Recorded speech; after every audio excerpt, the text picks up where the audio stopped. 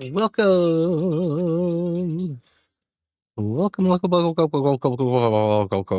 Hello, welcome back. It has been a hot minute since we've been streaming on here. So I wanted to return to our old standby Sunday morning papers. However, in the continuing theme of being, well, not good at things. Hold on a second. Give me a second here. Give me a second. There we go. Hello, there we are. Howdy, folks. Where was I? Oh yes. In the tradition of being absolutely terrible at anything related to streaming or other things in general, as you are. Whoa, my audio is like, wow, is it loud? Let's drop that down a little. It should be in between those two, maybe. Almost there. Oh, test. Oh, goes up a little bit too far in the right. Test. Okay, there we go. Yeah. So in the continuing tradition of being terrible at all things, we now have a Sunday afternoon paper. I don't know how long we'll be at this. I have found a paper that is kind of sort of in the theme of some of the other stuff that we've done on here, but should hopefully be a little bit more of a background kind of thing. And we'll see how it goes. I have not read it in advance because why would anyone do such a thing? I believe this is actually a chapter from a textbook as opposed to a specific paper. Or at least part of a chapter from textbook. We'll find out. No clue. We like doing things live around here. Okay. Let's make sure we've got all of our setup here. Okay, and friends. Nope, not transition. We just need to go and well that would certainly help, huh? If we did this and then we said hi. Look. No? Just no, apparently? Okay. We can do things that way then. There we go. Yeah, that's the full width of everything. Where was I? Yes. So today in our journey to do something, I'm sure there's some sort of overall structure that could be applied to this, but I'm not even gonna think through it. We are going to be looking at the design of time frequency distributions. These are the sorts of things we've already encountered before. When we were doing the coin functions, which include the Wigner or the Weil, no, Wigner distribution, and the what's it called, spectrum analyzer display output thing, right? And this whole set of coin type functions. But this is a little bit more of a backgroundy understanding of it, is what I believe this is. We'll find out. It'll be fun. Let's enjoy together. Okay, this chapter describes in detail specific examples of time frequency distributions. Okay, extending materials in previous chapters that we're not looking at, because we're just gonna go for it. Okay, okay. This topic is covered in 8 articles with appropriate cross-referencing. I don't know if all of them are in this PDF, but whatever. Ambiguity functions are traditionally used in radar and sonar as duals of time frequency distributions by a 2D Fourier transform. They are shown to be key basis for TFT kernel design methodologies. Interesting. Okay, so If you remember in the previous ones, we've run into these, it's these entire class of functions where you have, you're doing this transform really, right? Which is the set of integrals, and then you'll have some f of t, and actually it's two. We always have. That is gonna be annoying. Okay, tx, because they're usually like two-dimensional. And e to the 2 pi I ft, or I think these are negative. I believe they were negative. Try to remember off the top of my head. Don't recall. Anyway, e to the negative 2 pi I kx dx dt, right? So this is the most like basic version of this. This is just a two-dimensional Fourier transform. So you're converting from a function of t and x into a function of f and k, right? So you just, it's a way to hop back and forth between these different spaces, right? It's really what you're doing. You're jumping between types of spaces, Fourier space and standard space. But now we're kind of throwing in some other kernel function here, right? So we're saying there's some k function that's our kernel that's going to do something else to our function as we go through these processes. It might be a windowing function, right? So it might say, for example, right, it might be 0 for t less than some t naught, right? Some initial. It might be 1 between, man, there's got to be a better way to set this up. I wonder if there's a way to, wonder if there's a way to set up this pen so it'll do an erase when I hit the button. That would be so convenient. I'll have to figure that out. Anyway, in the meantime, I'm just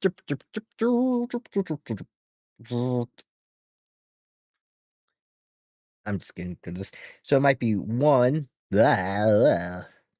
We need a much smaller thing there. 1 for t is between t naught and t1, and then be 0 again for t greater than t1, right? So what does that look like in reality? That looks like a square wave, right? Where it's 0 here, this is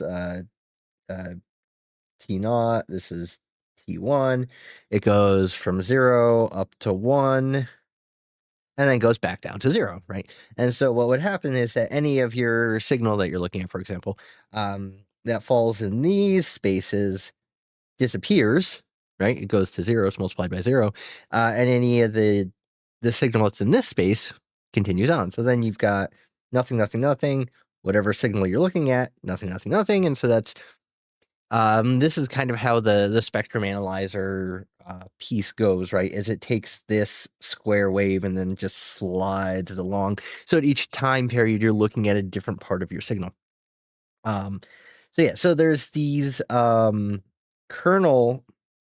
The point being, there are these kernels, right, which you can use to manipulate how you're looking at your signal, or ways in which that you're sort of transforming the signal around to make things make more sense.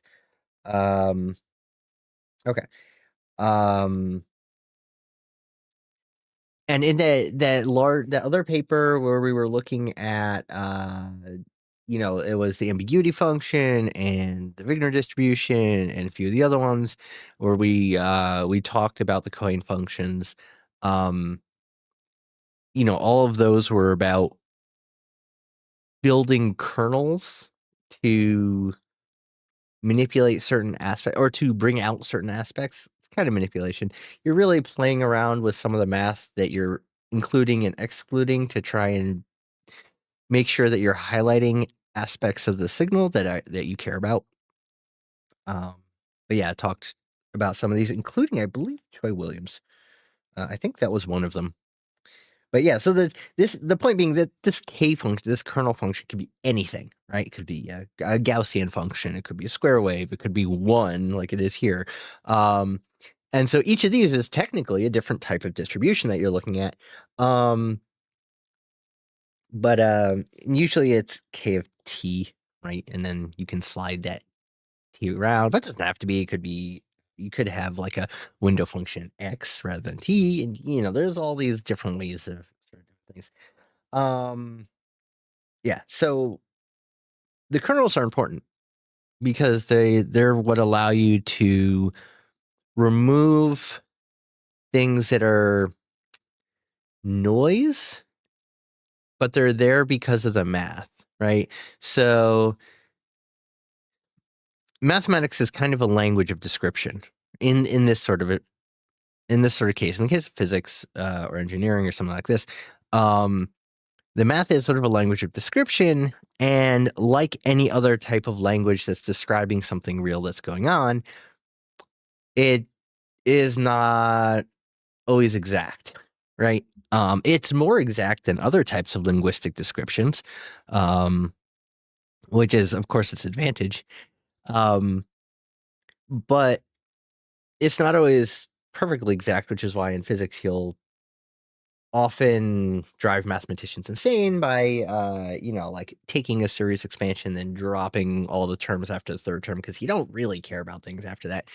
And all the mathematicians are like tearing their hair out because it makes the things not actually equal. But in physics, you're like, that's good enough. Um, uh, so in this case, when you go back and forth between these different transforms, you're getting information about, say, the frequency content of your signal versus the time content of your signal, right? And so they might be so you're looking at different aspects of what's going on. But when you do these transforms, you're applying mathematics that's in some ways more general than the thing you're looking at. So you end up with these sorts of ghosts of the mathematics that show up, right? And so that might be in the case of a Fourier transform, right, where you're trying to find your frequency content of your signal, right? This might be 0. You'll end up with like this and this and this and this, say, right? And you'll see the same thing on the other side. And we've discussed this a little in the past, but these are negative frequencies. What's a negative frequency? Well, physically it doesn't really make much sense, but mathematically it's a result of just the built-in way that the Fourier transform functions. So if you were to then in your Fourier space say, well, I don't care about these, I'm going to drop these out, zero all that out, when you return to your real signal, you're not actually going to get your original signal. You'll get uh, get the analytic of the signal, which includes an imaginary portion. Anyway, the point being, there's, regardless, one way or the other, you're going to get some mathematical ghosts that float around that you have to remove, right? And so part of this is, how do you look at the mechanics of what's going on, often wave mechanics, because wave mechanics are complicated. But how do you look at the mechanics of what's going on and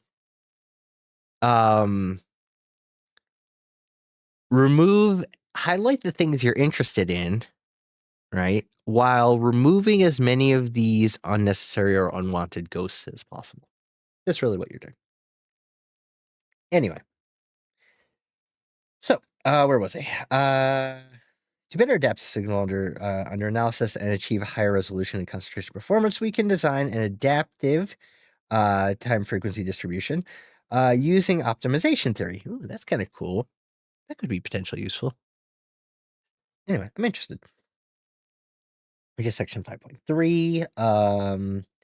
TFTs can also be designed and adapted for a specific class of signals, such as polynomial FM signals, leading to formulation of polynomial WVDS. I have no idea what that is. I assume something volt distribution. I have no clue. Anyway, the design of such methods can be related mathematically to the theory of polynomial derivatives, thus allowing for a revised design procedure. 5.5. Another example of time frequency distributions adapted to the particular class of signal is that of TFTs adapted to signals with dispersive group delay. So, as you're, let's say you are sending a signal down a copper wire. Okay.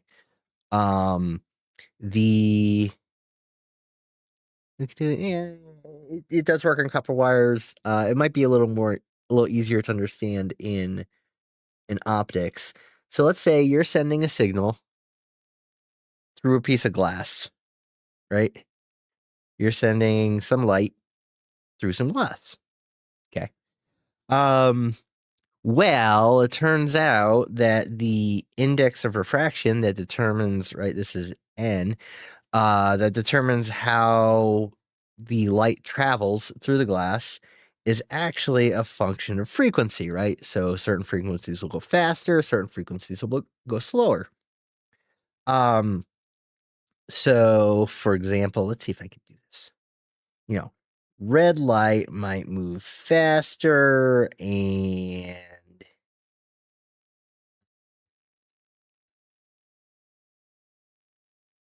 then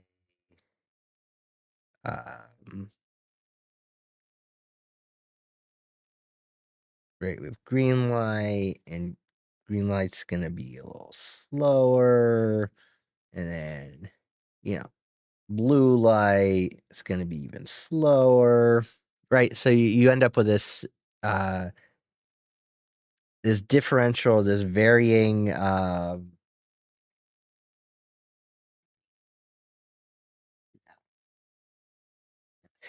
end up with this varying propagation speed. So if your original, right, your original thing that you sent through was something like this, right? Some wave with multiple frequencies in there, right? Because you're sending, say, a packet of information, so you have some coded signal in here that's composed of multiple frequencies. Well, on the far side, things are going to be stretched out because your red light got through faster than, the longer frequencies got through faster than the shorter frequencies. Just as an example, right? So now you have a what they say? Group delay, right? Which is the essentially the propagation time of this whole thing. That is frequency specific. Okay. Or it is dispersive, right? It's being dispersed by the. Hold on, got a phone call.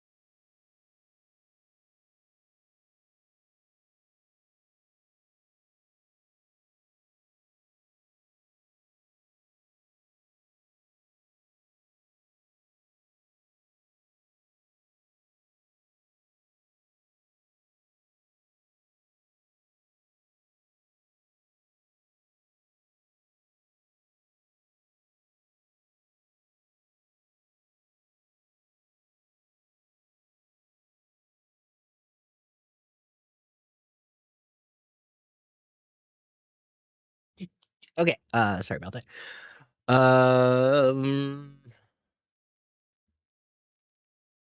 Anyway, he's just saying what all the shenanigans are going to talk about in this paper, so let's get moving on. Moving on. Section. Make sure. Okay, good. Section 5.1. Ambiguity functions. These are actually very important. One of the first ways I've actually bumped into these types of functions. But anyway. Radar sonar problem. Let us consider a typical radar or sonar problem in which the detection of a target and the estimation of its relative range, d, and velocity, v, with respect to the emitter or transmitter, is achieved from the analysis of the returning echo. So in other words,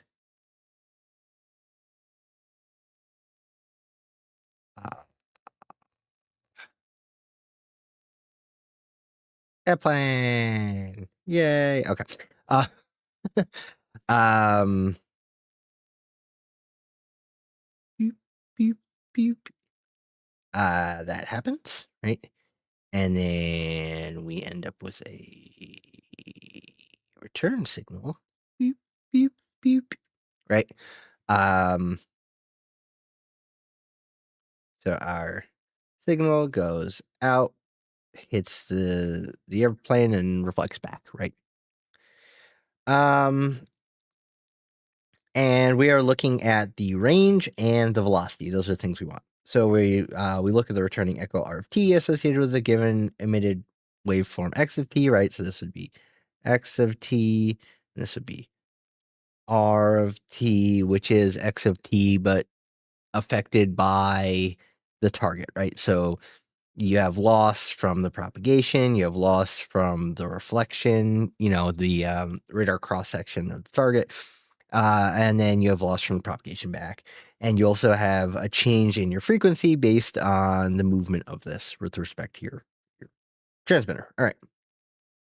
Assuming a perfect reflection and echo formation process and a constant radial velocity between emitter, receiver, and target, R of t can be modeled as an attenuated replica of x of t up to a range encoding round trip delay, right? So in other words, x of t and R of t are really the same overall structure, but there's a delay because it took time to go out and come back, and that's the delay that you're trying to measure. Okay.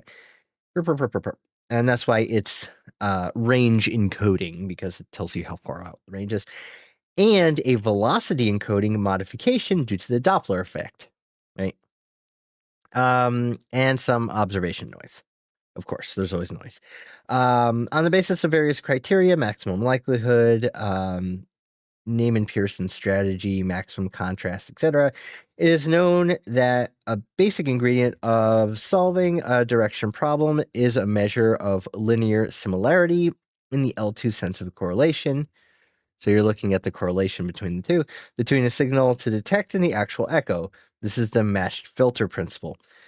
So matched filter is you're performing a correlation operation on a time inverted, right? So you're looking at R, and then you are not correlating, you are convolving that with time inverted x of t. So your filter is R of t convolved with it's actually x, the complex conjugate of x negative t, right? So you invert this. That's your match filter. Anyways, that's what I was talking about. Okay, the match filter principle. Given the assumed model, it is therefore natural to compare received echo with a battery of templates, T of d prime v prime x of t, where t of d prime v prime stands for a range and velocity transformation attached to a candidate pair, so that the estimates d and v can be inferred from this. And so okay, so what's going on here? You can think of this as I am looking at bank of possible solutions, right? So when I apply this, right? If these were exactly the same, so if you had like zero Doppler, right? This would peak at the location of the target. But if there is some velocity offset, then you're going to get a smaller peak. It's not, might not necessarily peak as high. So what you can do is you can say, all right, I'm going to apply this match filter, and then I'm going to apply a slightly Doppler shifted match filter, and then I'm going to apply a slightly differently Doppler filtered match filter. So I'm applying this whole slew of different filters, right? Each one slightly offset from each other in Doppler, and whichever one has the highest peak, I know that's the closest to the actual Doppler of the received signal. Right. And so I can look at what's the max of applying, this set of potential Dopplers. As far as the deterministic part of the above inner product is concerned, the ideal situation would be to deliver 0 values for all range velocity pairs except for the pair where d prime and v prime are actually equal to the distance and velocity of your target. This, however, proves not to be achievable, as justified below, leading to a joint determination of range and velocity, which is intrinsically ambiguous. The reason why a quantity of the type inner product of x with TdVx is loosely inferred as an ambiguity function. So, in other words, all of this really comes about because of an inherent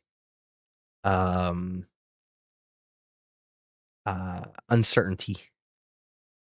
The more you know about the velocity, the less you know about the distance, right? The more exact you are about the Doppler frequency, you could only do that by analyzing your signal in a way which is less exact about distance and vice versa. It's just an inherently built-in aspect of reality that you can't get around, right? In the same way that the Heisenberg uncertainty principle is an inherent uncertainty in quantum mechanics. This is a direct parallel to that. Anyway, and in a lot of ways is shared by it. Again, it's just wave mechanics.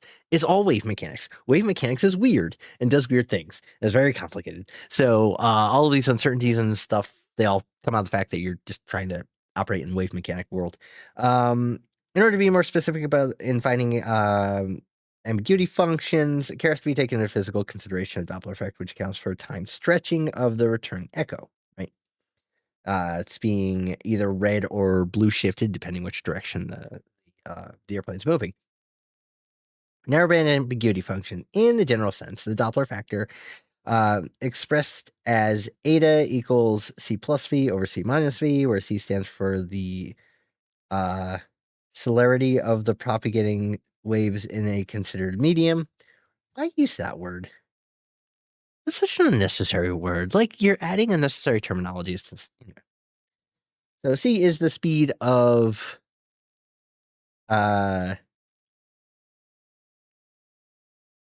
the speed of the propagating wave in the medium, so in air, speed of light in air, or speed of sound in water, whatever it might be.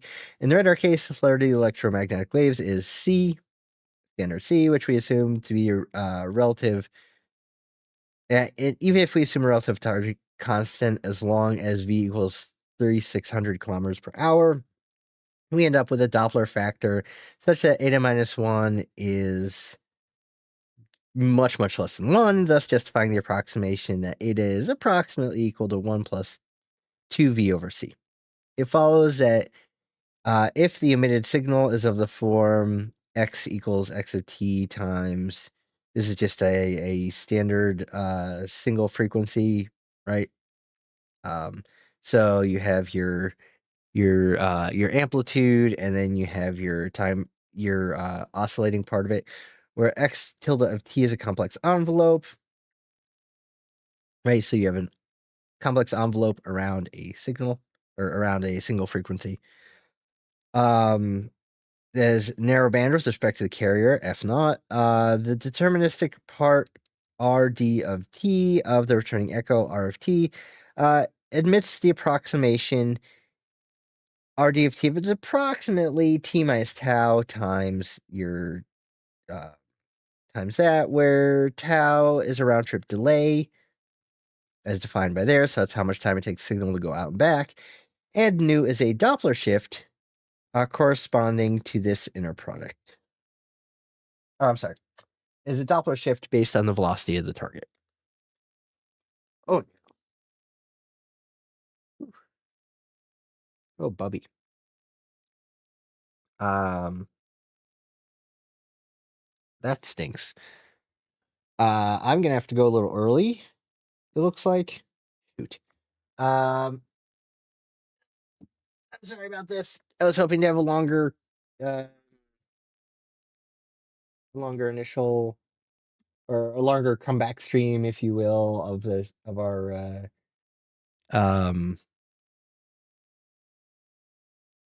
Sunday afternoon paper. But you know, we're just doing this. We're trying to get back into the mode of things as we go. I hope, obviously you may have seen that I did a little bit of the VR chat test run, so we might be integrating a little bit of that into our fun times here as we go through papers. Just get a little more interaction as we go through these papers, which can be a little bit dry at times. Yeah, just a bit. But anyway, right. So, turns out I have to go now, unfortunately. But I will be back again. I'm gonna try and get into a more regular pattern of actually streaming. Maybe stream some games. Maybe we'll blow up some tanks here today or early next week. But anyway, I hope you have a wonderful time. Worst comes to worst, I will see you again next Sunday for our next edition of Sunday morning papers. Anyway, it's a title. Title doesn't necessarily have to be pure 100% descriptive of reality. Anyway, I hope you have a lovely time. I will see